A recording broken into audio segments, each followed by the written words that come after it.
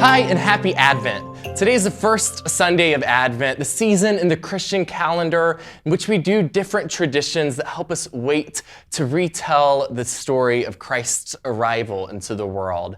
Advent means arrival, and over the next 4 weeks, we and Christians across the globe will be doing things like lighting our Advent candles to wait and recognize the ways in which God is still bringing hope, joy, love, and peace into our world.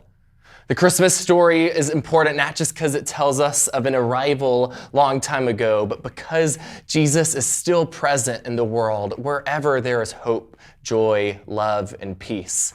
And so today and each Sunday until Christmas Day, we invite you to join us with an Advent candle set at home and light an Advent candle each week to recognize the ways in which God is doing something in our world.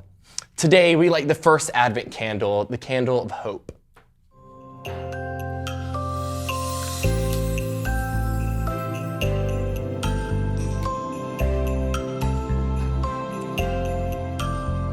In Romans 8, it says that if we see what we hope for, that isn't hope.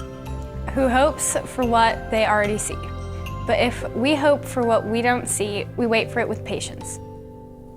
So in this Bible verse, we hear about hope as regarding things that we cannot see with our eyes. However, does this mean that hope itself is invisible?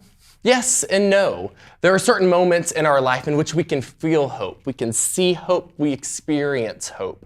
Recently, someone from the church and I went to a museum, the Black Archives Museum, and saw a photography exhibit from different photos from the civil rights history. I saw hope in those moments. During Advent, as we wait for the coming of Christ and to retell the story of Christ being born into the world, we talk about something that theologians call incarnation. Have you heard that word before? Yes. Yes, it's a fancy theological term that we don't always talk about at church, but it's this idea of God taking on human flesh. The Christmas story is about how we embody Christ in our own lives. We are the incarnation when we experience hope, joy, peace, and love. So things like hope, we may not be able to see with our eyes all the time, but we can see present in our world. So Chloe, I wonder, as we wonder what hope looks like in our lives, what does hope look like for you? For me, hope looks like having a dream, and even if it seems like unreachable, you can work harder towards it, and it just gives you optimism that things are possible. Amen.